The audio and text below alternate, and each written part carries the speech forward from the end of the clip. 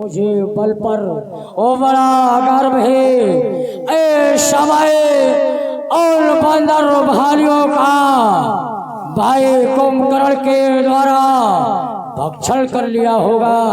ए समय वो दोनों तपस्या पलायन कर गए होंगे। सोसर परे दशानन आगे, और जब तक जाकर के कुंभकर्ण का शीश जो प्रभु ने ऐसा काटा कि जाकर के दशानन के समक्ष पहुंचा। बहु विलाप दस्कंदर करहि बंधु निधन पुनि पुनि और धर। नहीं नहीं नहीं, कह दो ये झूठ है। ये भाई कुंभकर्ण का शेष नहीं नहीं नहीं।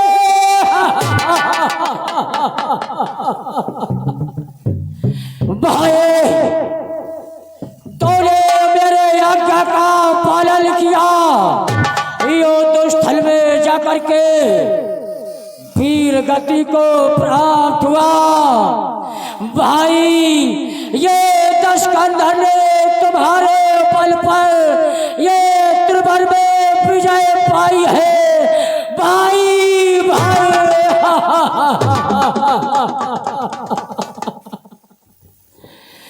भाई सारिष्टा जग में और नहीं दूजा है।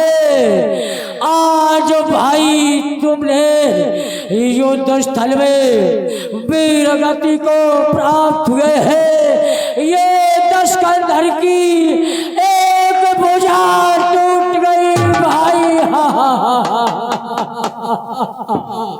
ये दशकंधर लाचार हो गया भाई। तेरे जाने से ये दशकंधर बलहीन हो गया। नहीं, अब ये युद्ध नहीं होगा। ये पता काहे गिरा दी जाए, युद्ध बंद कर दिया जाए, जानकी को वापस कर दिया जाए, वापस कर दिया जाए, वापस कर दिया जाए। मेघनाथ अवसर आयो कही बहु कथा पिता समझायो। पिता श्री को चरणों में गणनाथ का प्रणाम स्वीकार। गणनाथ शोभाशेष सदैव तुम्हारे साथ है। आपके नेत्रों में आंसू। चाचा कुंभकर्ण वीर गति को प्राप्त हुए योद्धा लड़ करके अगर अपने जीवन का अंत कर दे तो वह योद्धा सोचनीय नहीं होता। कायरता से अपने जीवन को बिताना ये सोचनीय विवश है।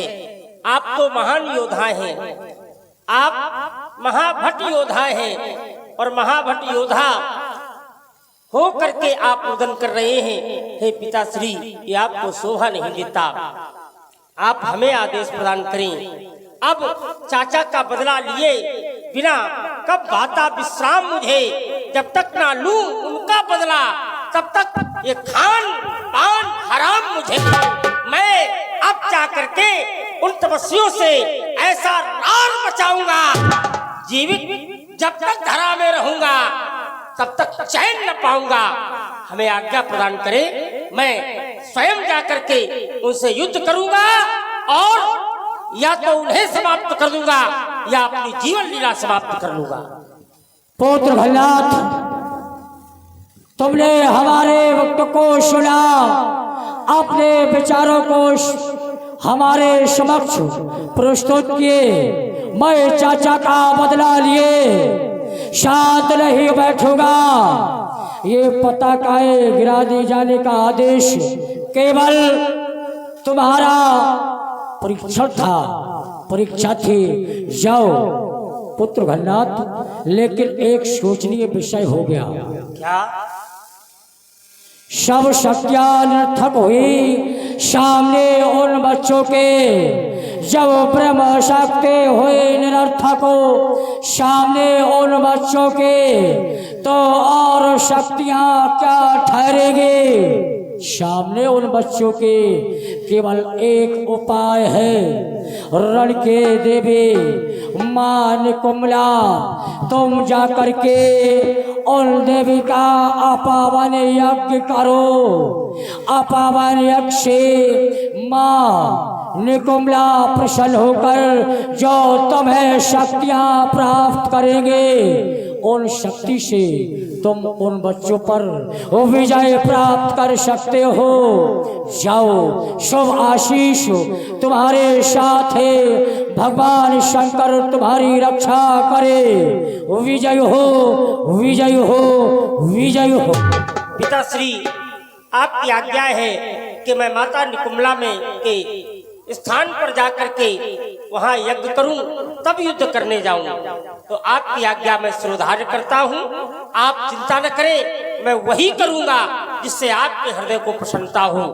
आप निर्भीक होकर के, निर्विघ्न होकर के अपने जीवन को संकट से दूर करके जैसे आप प्रशंसनीय रहे, जैसे आप प्रसन्न रहे, वैसे ही आप रहें, ऐसी मेरी महत्वाकांक्षा है, ऐसी मेरी इच्छा है। आप कृपा करके निश्चिंत हो जाएं। अवश्य जाओ, भगवान शंकर तुम्हारी रक्षा करे। राजमंत्री, चलो देवी के मठ पर चल करके हमें अपना यज्ञ प्रारंभ करना है। यज्ञ की सामग्री एकत्रित की जाए।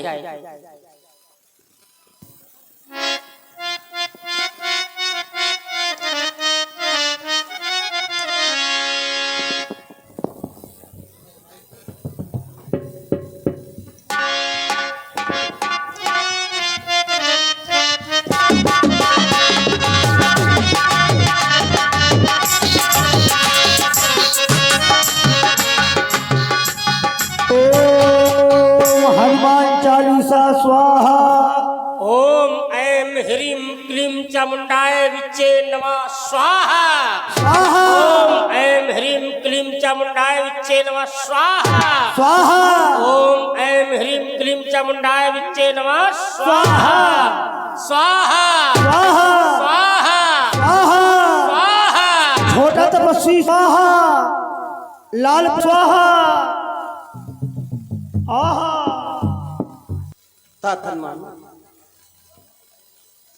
ये अचानक प्राकृतिक परिवर्तन को देखकर राम चिंताग्रस्त हो गया। अचानक ये प्राकृतिक परिवर्तन, ये देखो तेज तेज हवा चलने लगी, बादल उमड़ घुमड़ करने लगे, अचानक कोहरा सा छा गया। बात क्या है? वो अभिमानी रावण मायावी है। ऐसा तो नहीं कि रावण के द्वारा कोई नई चाल तो नहीं रची जा रही है। ये देखो, ये कैसे बादल, ये कैसे बादल, ये कैसे बादल छाए हैं, ये कैसी आंधी आई है, क्या मायावी उस दशकंधर ने कोई माया नहीं रचाई है, क्या मायावी।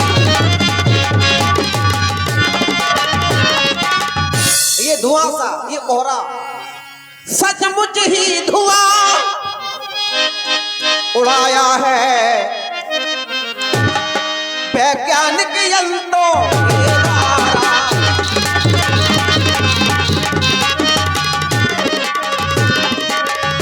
उस अभिमानी रावण का कथन, रामादल में धुआं उड़ा दिया जाएगा, रामादल में धुआं उड़ा देंगे।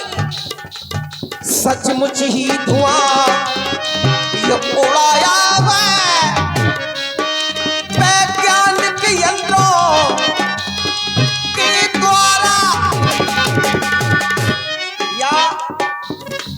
या विश्व फैलाया है कोई, या विश्व फैलाया है कोई वैज्ञानिक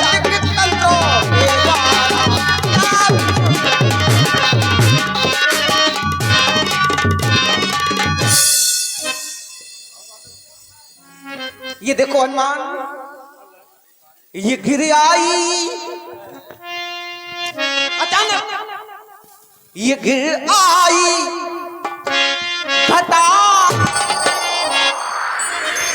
अचानक गिर आई, गिर आई घटा घन घोरा बदरिया, ये बदरिया रिमझिम रिमझिम बरस रही, आई घटा घन घोर बदरिया, रिमझिम रिमझिम बरस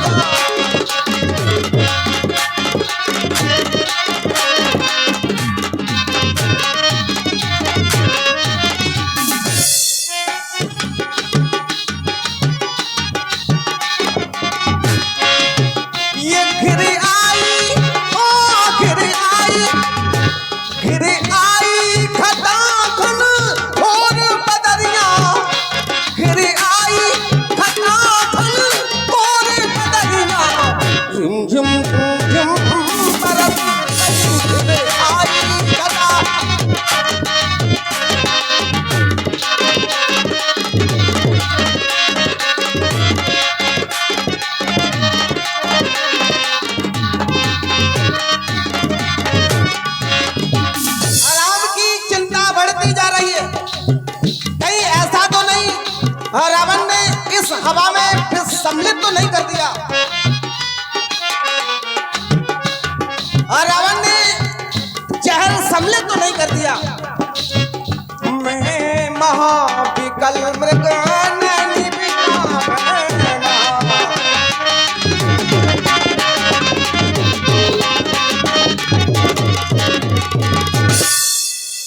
मैं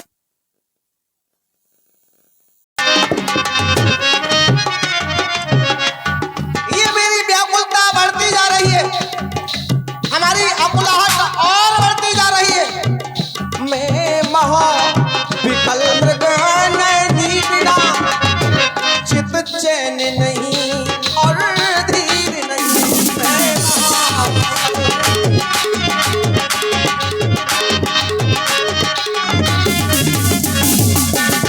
जब हृदय विरह की पीर उठे, जब हृदय विरह की पीर उठे, तब रुके दृगों से तब रुके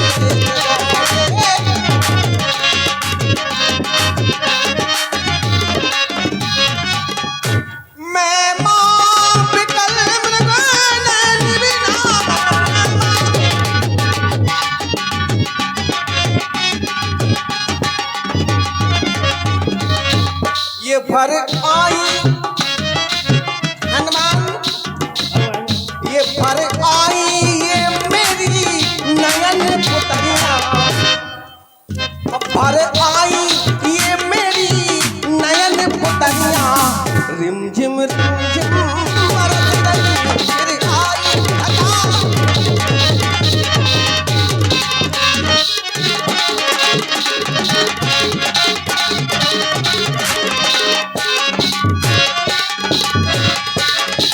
ये गिर आई घटा घन घोरा बदरिया, रिमझिम रिमझिम बरस रही, गिर आई घटा घन घोर बदरिया, रिमझिम रिमझिम बरस रही, रिमझिम रिमझिम बरस रही।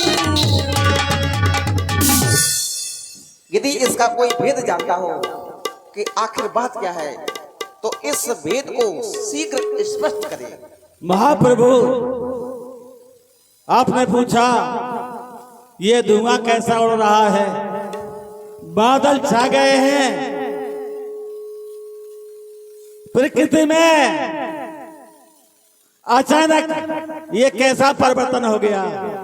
तो सुनिए प्रभु, मेघनाथ यज्ञ करे या पावन, खल मायावी देव सतावन, ये निकुमला गुफा में मेघनाथ एक यज्ञ कर रहा है, और मेघनाथ है कैसा दुष्ट है, मायावी है, देवताओं को दुख देने वाला है। अगर इसका यज्ञ सफल हो गया तो हे नाथ, ये फिर शीघ्रता से जीता नहीं जाएगा। हमारा आपसे एक निवेदन है कि आप वीरों को भेज करके इसका यज्ञ विध्वंस करवा दें। खल मायावी देव सतावन।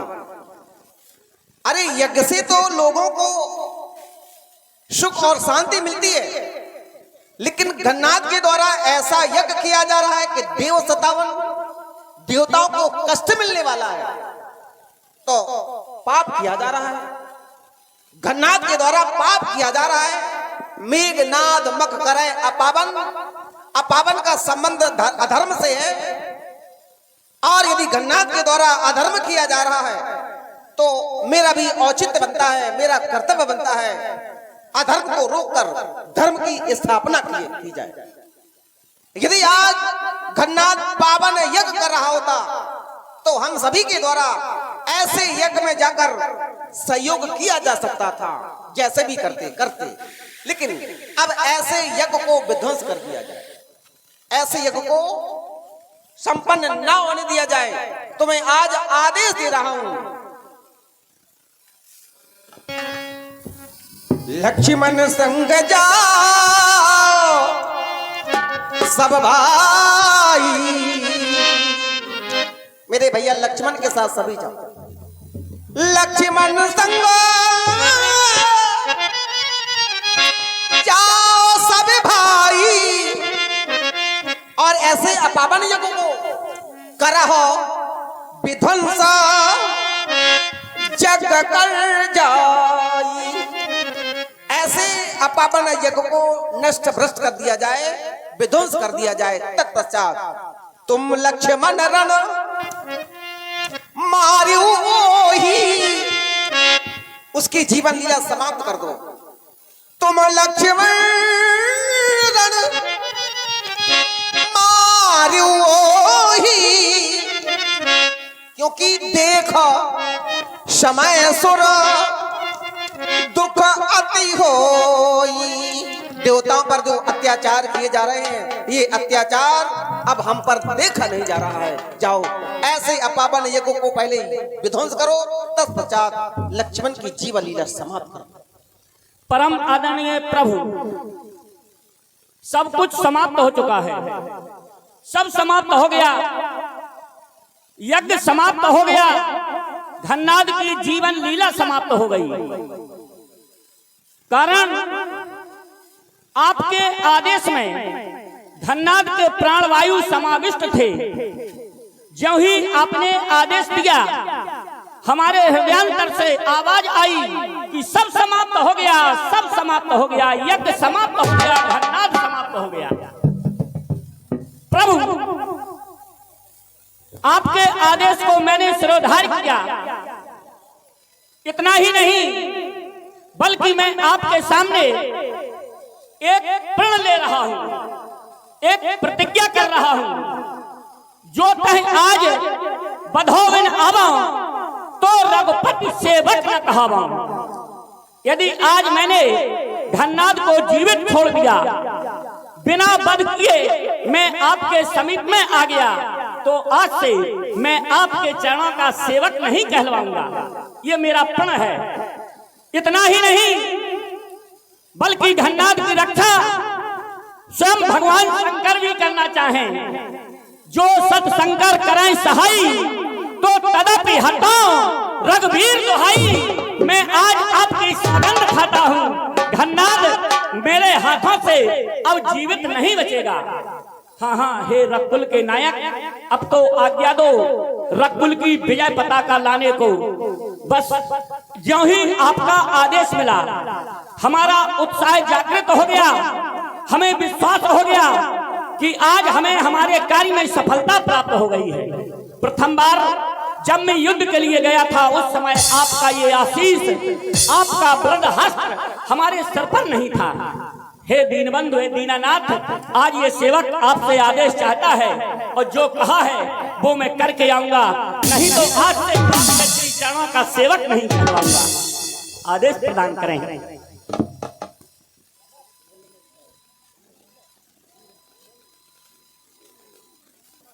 हाँ घननाथ के जीवन का अंतिम क्षण उसकी प्रतीक्षा कर रहा है, उसका इंतजार कर रहा है। लेकिन कुछ नियम बता रहा हूं मैं।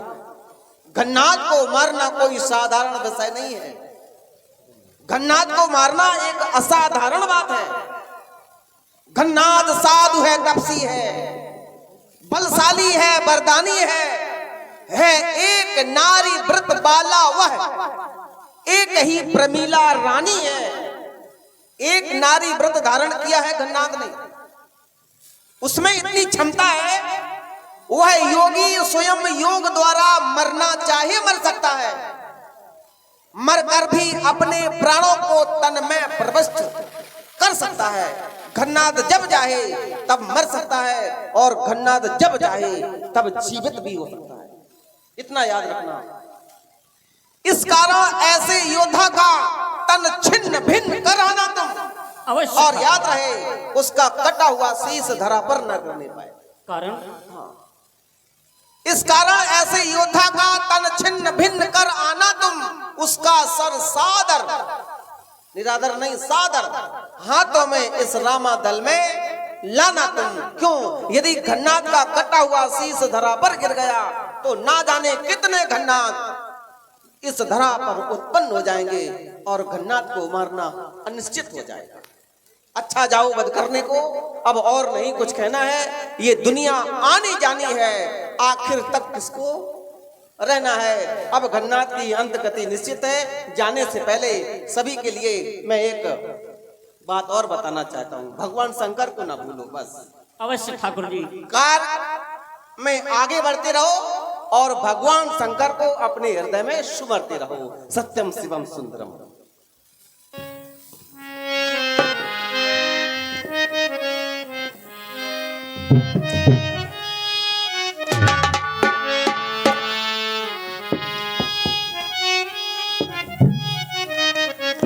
ईश्वर सत्य है,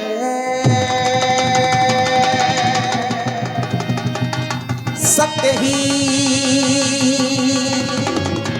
शिव है, शिव ही सुंदर है। जागो उठ कर देखो,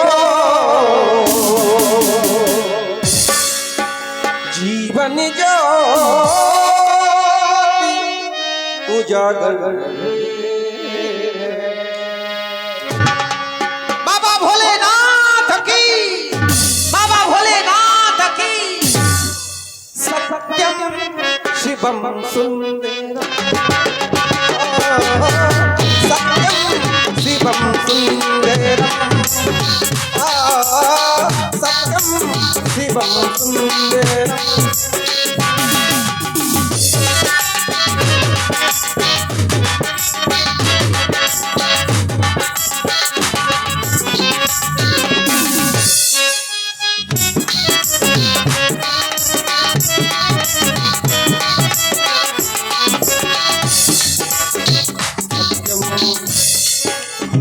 सत्यम शिवम सुंदरम, सत्यम शिवम सुंदरम। ईश्वर सत्य है, सत्य ही शिव है, शिव ही सुंदर है।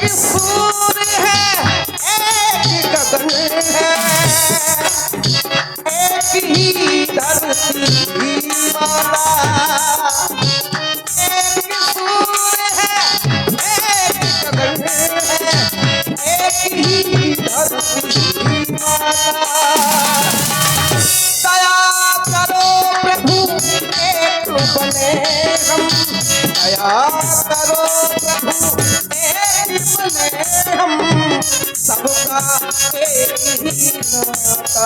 आया तेरी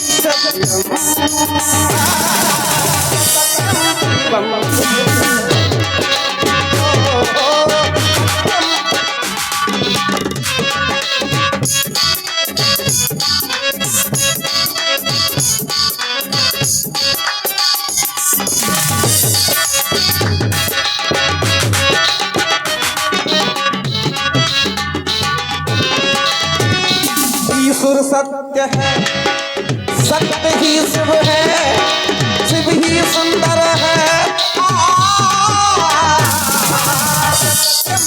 बम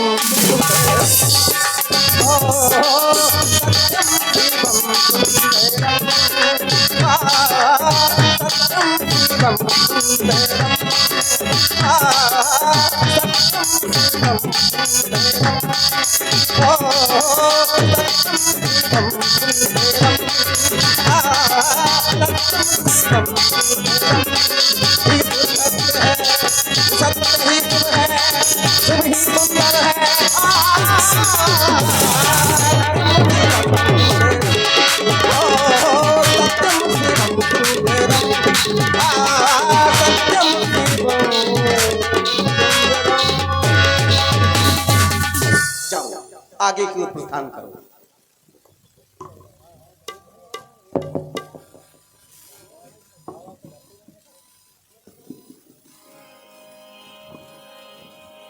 हाँ प्रिय श्रद्धे वीर हनुमान हीलिंग क्लीन चामुंडा प्रभु के आदेश अनुसार हम उस स्थान की ओर आ गए हैं जिस स्थान के विषय में बताया गया था कि घन्नाद निकुंबला देवी पर अपावन यज्ञ कर रहा है।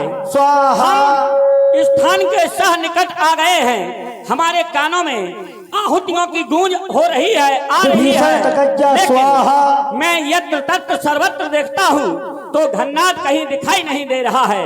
हे हनुमान, तुम्हारे लिए उचित होगा कि जाकर के अपनी बानरी सेना को ले जाओ और जाकर के यह देखो कि घन्नाद किस कंदरा में, किस गुफा में छुप करके अपावन यज्ञ कर रहा है। और जैसे ही घन्नाद दिखाई दे जाए तो तुरंत ही उसके यज्ञ को विध्वंस कर दो।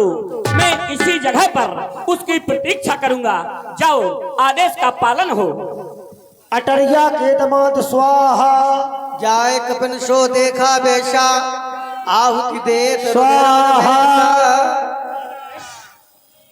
त्रिशूल धावा कर भागे, आगे जय रामानुज आगे।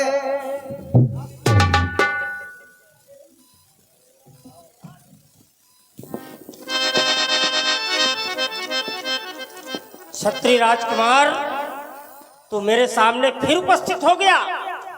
उस बार भाग ने बचा दिया, इस बार न बचने पाएगा।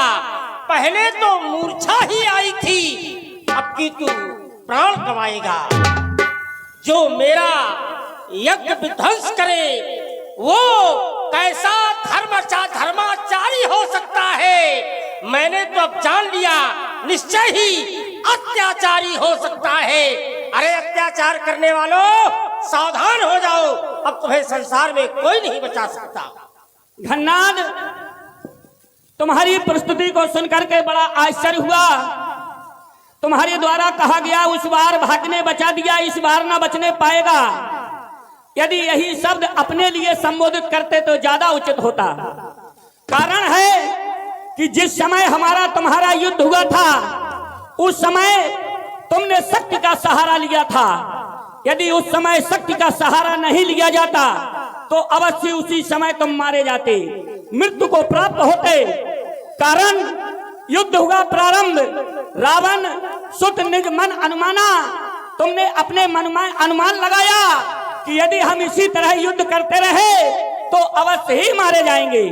तो जो तुमने यहाँ वृत्तांत कहा है, यदि ये शब्द अपने लिए कहते तो उचित था, क्योंकि उस समय तुम्हारा भाग्य प्रबल था। यदि शक्ति का सहारा न लिया होता तो अवश्य उस समय तुम हमारे हाथों से मारे जाते। लेकिन तुमने अभी अभी एक शब्द कहा कि तुमने यज्ञ को विध्वंस किया है। कैसे धर्माचार्य हो? हाँ हाँ, मैं धर्माचार्य हूँ, क्योंकि मैंने तुम्हारी यज्ञ के विषय में सुना है। मेघनाथ मठ करे अपावन, अरे तुम्हारे द्वारा अपावन यज्ञ किया जा रहा था और हमने हमेशा पावन यज्ञों का सहयोग किया है, पावन यज्ञों का साथ दिया है। लेकिन आज जब तुम्हारे द्वारा ये अपावन किया जा रहा है तो इसे विध्वंस किया गया है। बस यही कारण है घननाद, मैंने तुम्हारी ओर देखा, तुम्हारे अहंकार को देखा, तुम्हारे वक्तव्य को सुना तो ठीक एक बात याद आ गई कि ये अभिमान करना अच्छी बात नहीं है। संसार में शक्तिशाली पुरुष वही होता है जो नम्रता को दिखलाता है या नम्रता से जीवित रहता है वही शक्तिशाली जग में जो नम्र भाव दिखलाता है। जैसे फल वाला तर जब फलता है तो नीचे को झुकता आता है, नीचे को झुकता आता है। इसलिए संभल जाओ घननाद, सावधान हो जाओ। तुम्हारी वार्ता को मैंने बड़े ध्यान से सुना। तुमने कहा पहले शक्ति का प्रयोग किया था, लेकिन अब शक्ति का प्रयोग नहीं था, अब भक्ति का प्रयोग था। शक्ति और भक्ति में अंतर है। जब लोग शक्ति से पराजित हो जाते हैं तो भक्ति का आश्रय लेते हैं। अगर मैं गलत हूं तो मुझे रोक देना। जिस समय तुम्हारे पिता के कोई संतान नहीं हुई तो श्रृंगी ऋषि वशिष्ठ बुलावा, पुत्र काम शुभ यज्ञ करावा, मंत्र शक्ति का प्रयोग किया गया। एक नहीं हजारों आहुतियां दी गई, शक्ति मंत्र की थी, लेकिन मंत्र शक्ति से फल की प्राप्ति नहीं हुई। तब शक्ति को छोड़कर भक्ति का आश्रय लिया गया। भगत सहित मुनि आहुत दीन है तो प्रगटे अग्नि चरु कर लीन है। इसलिए शक्ति से जब काम न चले तो भक्ति का आश्रय लेना चाहिए। शक्ति से जब काम न चले तो भक्ति का आश्रय लेना चाहिए। मैंने ब्रह्म शक्ति का प्रयोग किया, लेकिन देखा कि शक्ति तुम्हारे सामने निरर्थक हो गई तो मैंने भक्ति का आश्रय ले लिया। तो क्या भक्ति करना बुरा है? अगर बुरा हो तो कह देना, मैं तुम्हारी बात को हाथ भागे स्वीकार करूंगा। भक्ति चाहे देवी की जाए और चाहे देवता की जाए। जब 33 करोड़ देवी देवताओं का नामांकन होता है तो निकम्बला देवी है। आर्यावर्त में देवियों की पूजा होती है। अब अगर मैं निकम्बला देवी की पूजा कर रहा था, भक्ति कर रहा था, तो क्या ये अनुचित है? अगर अनुचित है तो तुम्हारे मुख से सुनूंगा। पहला वाक्य। दूसरा वाक्य, तुमने कहा कि तुम अपावन यज्ञ कर रहे थे। अच्छा, जिस कार्य को तुम करो वो पावन है और जिसको हम करें वो अपावन है। जिस कार्य को तुम करो वो पावन है और जिसको हम करें वो अपावन है। क्या ऐसा सिद्धांत है? अगर ऐसा कोई सिद्धांत बना हो तो बताना। देखो, कोई संसार का ऐसा यज्ञ नहीं है जहां बलि न होती हो। चाहे नर बलि हो और चाहे पशु बलि हो। बलि केवल 2 ही होती है, तीसरी बलि नहीं होती है। एक नरबल और दूसरी पशु बल। और अगर नरबल नहीं है तो विश्वामित्र जी ऐसे संत ने नरबल समाप्त करने के लिए नर की जगह नारियल को उत्पन्न कर दिया। तो आज भी नारियल की बलि है। संसार की दृष्टि में वो नारियल है, लेकिन देवताओं की दृष्टि में वो नर है। ब्रह्मा की दूसरी सृष्टि में नारियल माने ब्राह्मण का, मनुष्य का सिर। अगर ब्रह्मा आकर के सामने न गिर गए होते तो विश्वामित्र पूरे मनुष्य की रचना कर देते। तो केवल सिर बनाया गया। जैसे मनुष्य का सिर होता है वैसे ही नारियल होता है। नारियल तो आज भी नारियल की बलि दी जाती है। तो नर बलि या पशु बलि ये देवी देवताओं के लिए है। अगर मैं किसी राक्षस को आहुति दे रहा होता तो तुम्हारी बात मैं मान लेता। अगर मैं किसी असुर की आहुति दे रहा होता तो मैं तुम्हारी बात मान लेता। मैं तो निकुम्बला देवी की आहुति दे रहा था। अंतर इतना है कि हम पशु बल दे रहे थे। तुम्हारे यहाँ एक नहीं अनेक राजाओं ने यज्ञ किए और उन यज्ञों में पशु बल दी गई। मैं प्रमाणित कर सकता हूँ। अगर तुम चाहो तो तुम्हारे यहाँ एक राजा हुए असमंजस, तुम्हारे यहाँ एक राजा हुए दीर्घबाहु, तुम्हारे यहाँ एक राजा हुए मानधाता, जिनके द्वारा यज्ञ किए गए और उन यज्ञों में पशुओं की बलि दी गई, कहीं बकरे की बलि दी गई, कहीं घोड़े की बलि दी गई और कहीं वृषभ बैल की बलि दी गई। तो अगर तुम लोग पशु काटो तो धर्मात्मा हो, देवता हो, पावन काम कर रहे हो, और अगर हम लोग ऐसा करें तो हम अपावन कार्य कर रहे हैं। ये तुम्हारी सोच हो सकती है, या तुम्हारे जैसे हमारे ही परिवार का कहो कोई सदस्य पहुंच गया हो जो अपने आप को बड़ा विद्वान समझता हो, अपने आप को ज्ञानी समझता हो, अपने आप को बड़ा सहयोगी समझता हो, तो उसने केवल मेरे द्वारा कार्य करने के कारण ये कह दिया कि मेघनाद मत करे अपावन। तो ऐसे अनुचित लोगों की बातें न मानो। उचित ये है कि पूजा सब कोई करता है, करने का अपना अपना अलग ढंग होता है। हाँ, ये जरूर है, अगर बड़े परिवार के लोग पूजा करते हैं तो बहुत अच्छा कर रहे हैं, और कोई गरीब परिवार का करे बोले बहुत बुरा कर रहा है। अगर देवता ये कार्य करे तो बहुत अच्छा कर रहे हैं, और हम लोग तो निशाचर है, अच्छा करे तो बुरा और बुरा करे तो बुरा। इसलिए ये तुम्हारी भाषा हो सकती है, अर्थात में तुम्हें स्वीकार करना पड़ेगा कि आज तुमने मेरी भक्ति पर चोट की है, और जब भक्ति पर चोट होती है तो ये भक्त का धर्म नहीं होता, ये किसी अत्याचारी का ही कार्य हो सकता है। घननाद, बड़ी सुंदर प्रस्तुति तुमने कहा। पहला बिंदु कि मेरा भक्ति का कार्य है, और मैं जानता हूं कि भक्ति किस प्रकार से की जाती है। ये भक्ति का क्रम नहीं है जो तुम्हारे द्वारा किया जा रहा था। तुम्हारे द्वारा बहुत सुंदर प्रस्तुति, उसे मैंने सुना कि भक्ति के द्वारा जब आहुतियां दी गई, भगत सहत मुनि आहुत दीने, तो भक्ति का प्रभाव देखने को मिला। मैं जानता हूं कि यदि किसी कार्य को भक्ति के सहत किया जाए तो उसका प्रभाव प्राप्त होता है, लेकिन आज तुम्हारे द्वारा भी भक्ति की जा रही थी, लेकिन प्रभाव दिखाई नहीं दिया, ना प्रभाव देखने को मिला। संसार में दो शब्द हैं, अर्पण और समर्पण। जब संसार का व्यक्ति अपने आप को या अपने आप से किसी वस्तु को अर्पण करता है या अपने आप को अर्पण करता है तो ईश्वर प्रसन्न होता है, और जब वो समर्पण करता है तो स्वयं ईश्वर चल करके उसे दर्शन दे देते हैं। ये भक्ति का प्रभाव है। लेकिन तुम्हारे द्वारा भक्ति जो की जा रही है उसका प्रभाव मैंने देखा और संकेत भी मिला, आहुति देत रुधिर अरु भैंसा। लेकिन हमारे द्वारा तो ऐसा कोई यज्ञ या हमारी संस्कृति के द्वारा ऐसा कोई यज्ञ नहीं किया गया, हमारे सनातन के द्वारा ऐसा कोई अनुष्ठान नहीं किया गया जहां पर ये स्पष्ट कर दिया गया हो कि आहुति देत रुधिर अरु भैंसा। लेकिन तुम्हारी संस्कृति में, तुम्हारी सभ्यता में ये स्पष्ट कर दिया है कि आहुति देत रुधिर अरु भैंसा। तब मैंने इसे अपावन कहा है। तुमने कहा कि तुम कोई कार्य करो तो पावन है और हम कोई कार्य करें तो अपावन है, तो बस इतना ही अंतर है।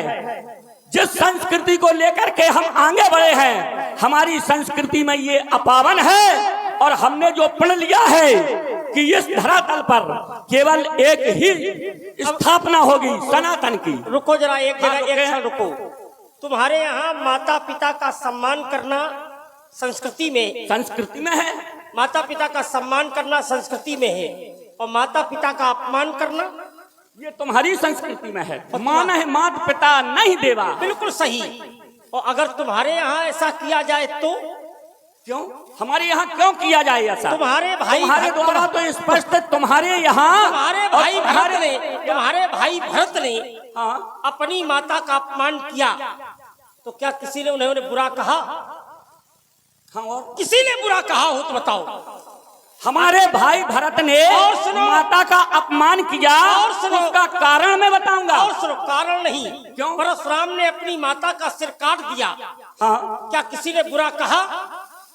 हमारे यहाँ किसी नारी के साथ अगर अनैतिक कार्य होता है तो हम बुरे हैं अवश्य। और स्वयं नारायण ने वृंदा के साथ अनैतिक कार्य किया, छल किया, तो क्या किसी ने बुरा कहा? एक ही शब्द कह दिया, बोले समर्थ को नहीं दोष गोसाई और रवि पावक सुरसर की नाई। तो तुम्हारे यहाँ जो भी होता है वो सब पावन होता है।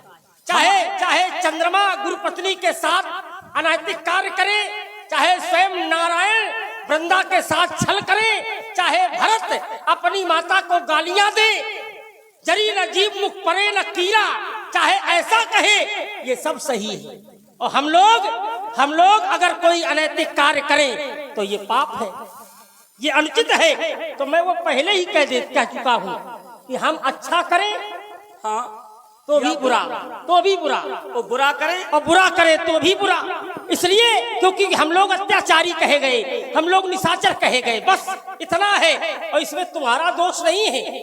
तदप महीसुर श्राप बस भय सकल अघरूप। हम लोग जन्म से पाप के रूप है, और जब पाप के रूप जन्म से है तो पाप करे तो पापी और न पाप करे तो पापी। यदि पाप करे तो पापी और न पाप करे तो पापी। इसलिए तुम्हें ये सब कहने की आवश्यकता ही नहीं है, तुम्हें ये कहने की ही आवश्यकता नहीं है। हम भक्ति करें तो भी बुरा है, हम शक्ति का प्रयोग करें तो भी बुरा है। और तुम लोग चाहे जितना उल्टा सीधा करो, चाहे जितना अनैतिक कार्य करो। देखिए मैं तुम्हारे यहाँ का एक और उचित प्रमाण दे दूं, अभी तुम स्वयं स्वीकार कर लोगे उसे। गौतम की नारी अहिल्या के साथ इंद्र ने छल किया, सभी लोगों को पता है, छल किया। और वही जब इंद्र गौतम जी के चरणों में गिर गया तो वही गौतम अपनी पत्नी के साथ दुराचार होने के बाद उसे भस्म नहीं करते, उसे दंड नहीं देते। तेरे शरीर में 1000 छिद्र हो जाए और जब चरणों में गिर गया तो बोले ये नेत्र के रूप में परिवर्तित हो जाएंगे। और हो गया तो धन्य पुरंदर सम को नहीं, ऐसी उपाधियां मिल गई। और हम लोग चाहे जितना अच्छा कार्य करें तो हमारे कार्य को कोई नहीं जानता। नहीं कहेंगे तुम्हारे लिए, अच्छा नहीं कहा जाएगा, कोई अच्छा नहीं कहेगा, ना कोई तुम्हें धन्यवाद देगा। अगर नहीं कोई कहेगा तो सुनो, मैं अपने कर्मों के बल से अपना भविष्य बनाऊंगा। और सुन, मैं जीते जी मर जाऊंगा लेकिन सर अपना नहीं झुकाऊंगा। अपने कर्मों में और धर्मों को हम सदैव यहाँ करते आए, लेकिन चाहे जितना हमसे उचित हुआ हो, पर अपने ही कर्मों पर हम डरते आए। पिता ने जो अन्याय किया है, किसने? पिता ने जो अन्याय किया है, तुम्हारे पिता ने, हमने उसको न्याय ही माना। क्योंकि संस्कृति कहती है पिता के आचरण जांचने का अधिकार पुत्र को नहीं होता। पिता के आचरण को जांचने का अधिकार पुत्र को नहीं होता। तो पिता ने जो अन्याय किया हमने उसको उचित ही माना, और हम उनके कार्यों पर विरोध करें ऐसा हमने तुम्हारे कुल से या तुम्हारी संस्कृति से जाना। इसलिए लौट जा अन्यथा बुरा होगा। मैं फिर कहता हूँ, लौट जा अन्यथा बुरा होगा। नहीं, इस शेर का चंगुल और तेरा गला होगा। धन्यवाद। अनेक आरोप लगा दिए तुम्हारे द्वारा। चंद्रमा के ऊपर आरोप लगाया गया, भरत के ऊपर आरोप लगाया गया, यहाँ तक ऋषि पत्नी अहिल्या के ऊपर जो कृत्य हुआ इंद्र के ऊपर आरोप लगाया गया। तुम्हारे ही द्वारा अभी शब्द कहा कि उसको कह दिया धन्य पुरंदर सम को नहीं। भरत के द्वारा जब मैया कैकेयी को भला बुरा कहा गया, उस आरोप को तुम प्रस्तुत कर रहे हो। हमारे भैया भरत धर्म की रक्षा करने वाले, जब धर्मात्मा स्वयं दूर हो जाए तो उस धर्मात्मा के लिए हमारे भैया ने मैया से जो कुछ भी कहा, लेकिन उसका भी एक आशय है कि राखी भरत मात सब टेकी। हमारे भैया भरत ने समय का प्रभाव देखा, समय का इंतजार किया। आगे चंद्रमा के ऊपर आरोप लगाया कि चंद्रमा ने कुकृत किया है, चंद्रमा कलंकित हुआ है, तो उस चंद्रमा के लिए भी कुछ समाधान आया है। उस चंद्रमा को भी महान बताया है, उस कलाधारी को भी महान कहा गया है। आरोप लगाने बहुत आरोप लगाए, लेकिन तुमने अपनी तरफ नहीं देखा, अपनी ओर नहीं देखा, तुमने अपने अन्यायों को नहीं देखा। तुम्हारे यहाँ जो अन्याय किया गया है, बरन न जाए अनीत, घोर निशाचर जे कर हैं, हिंसा पर अप्रीत। तुमने जो अन्याय किया, तुमने जो अनाचार किया, तुमने हिंसा पर प्रेम रखा, तुमने हिंसा पर स्नेह रखा, उसका आज बदला लेने के लिए ये छत्री, ये रघुवंशी तुम्हारी लंका पर चढ़ करके आ गए हैं। हम तैयार हैं, तुम्हारी चुनौती स्वीकार करते हैं। बस एक बात केवल कह करके अपनी बात में समाप्ति दे रहा हूँ, ध्यान देना। तुम्हारे यहाँ हमने तो ऐसा सुना था कि नारायण निर्णय करते हैं, भरत अपनी माता को अंतिम शब्द कहता है, और तुम्हारे यहाँ जो नारायण है वो कहता है सुनऊ तात भल भरत सरीखा, विद प्रपंच माँ सुना न दीखा। ये नारायण का निर्णय है। अरे नारायण की दृष्टि में तो चाहे हम हो चाहे तुम हो, बराबर निर्णय होना चाहिए। इससे ये सिद्ध होता है, इससे ये सिद्ध होता है कि तुम लोग अपने को ही अच्छा कहोगे। हम लोग तो बुरे हैं ही, हम अपने को अच्छा मानते कहाँ हैं? हम लोग तो बुरे हैं ही, हम में सारी बुराइयां हैं। अगर बुराइयों वाला व्यक्ति बुरा करे तो भाई वो तो बुरा है ही, लेकिन तुम लोग तो बड़े अच्छे लोग हो। तुम वही लक्ष्मण हो जो भरत के लिए तो धनुष तान कर खड़े हुए थे। आने दो भरत को, मैं भी उसको समझूंगा। कहाँ चली गई तुम्हारी वो भ्रातृत्व प्रेम की भावना? भरत चाहे जो कुछ करे, तुम छोटे हो, तुमको छोटे रहना चाहिए, लेकिन धनुष प्रमाण चढ़ा लिया। आने दो भरत को, मैं उससे लड़ूंगा, मैं उससे भिड़ूंगा, मैं उसको समाप्त कर दूंगा। कहाँ गई भ्रातृत्व भावना? लेकिन वहां भी कहा जा रहा है, बोले तात नीत तुम नीक सुहाई, तुमने अच्छी नीत बोली है। तो ये तुम्हारे यहाँ का निर्णय है। हम तुम्हारी काहे अपनी हमसे छठी पसली खुलवाना चाहते हो?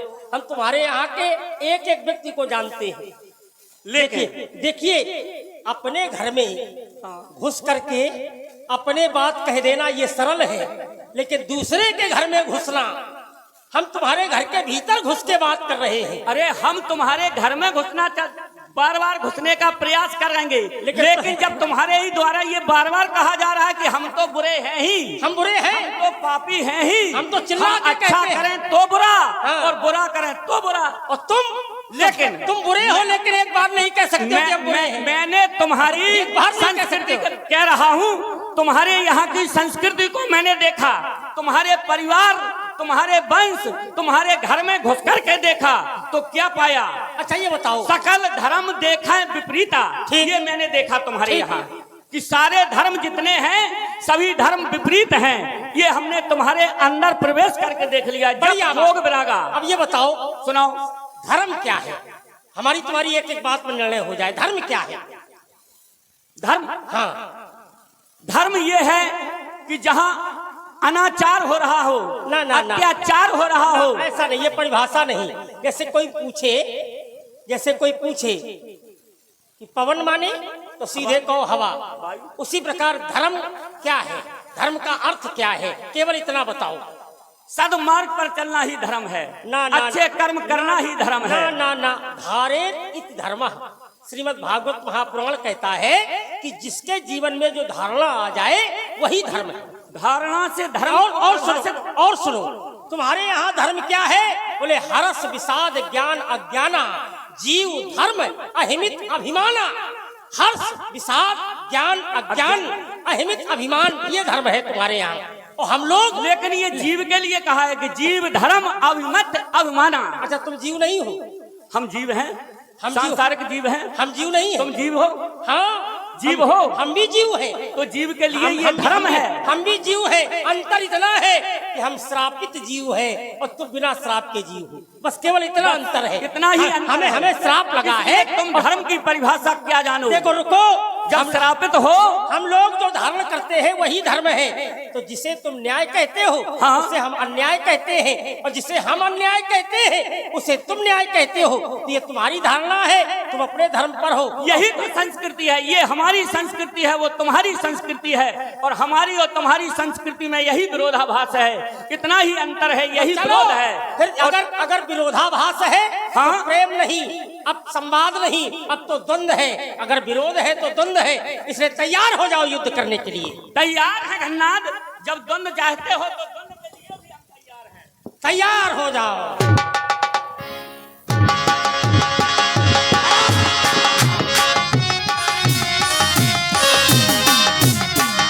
धन्यवाद।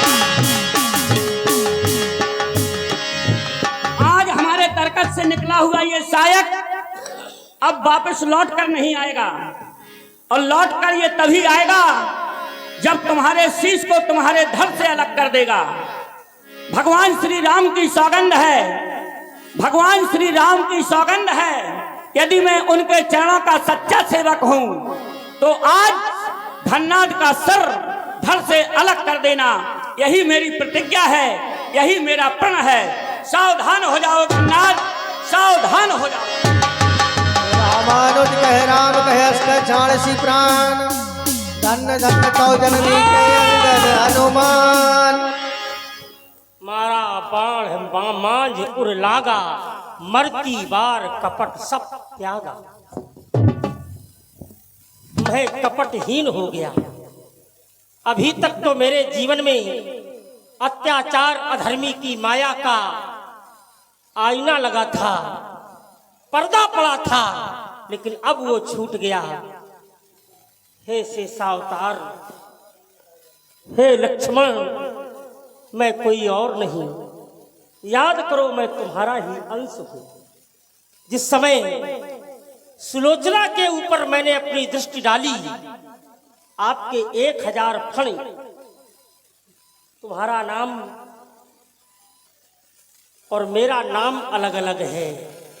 मैं मृत्युंजय नाम का फणी हूं और तुम सुरोत्र नाम के फणी हो।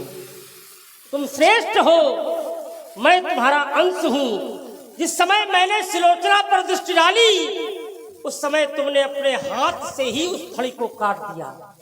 कटा हुआ फणी आकाश में मंडरा रहा था, रावण यज्ञ कर रहा था। मैं रावण की यज्ञ में गिरा और मेघनाद के रूप में परिवर्तित हो गया। मैंने जाकर के सुलोचना का हरण किया, तब तुमने कहा था मैं स्वयं आकर के तुम्हारा वध करूंगा।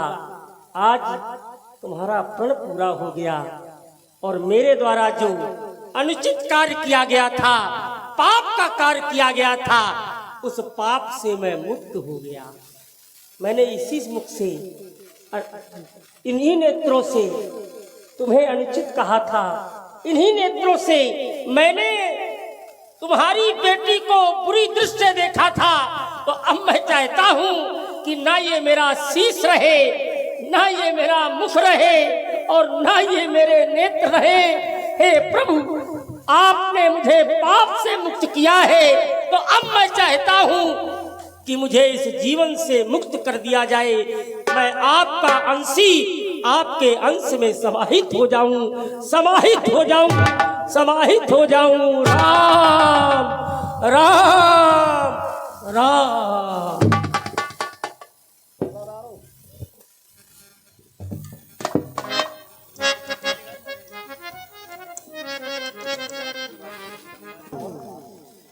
आज युद्ध स्थल में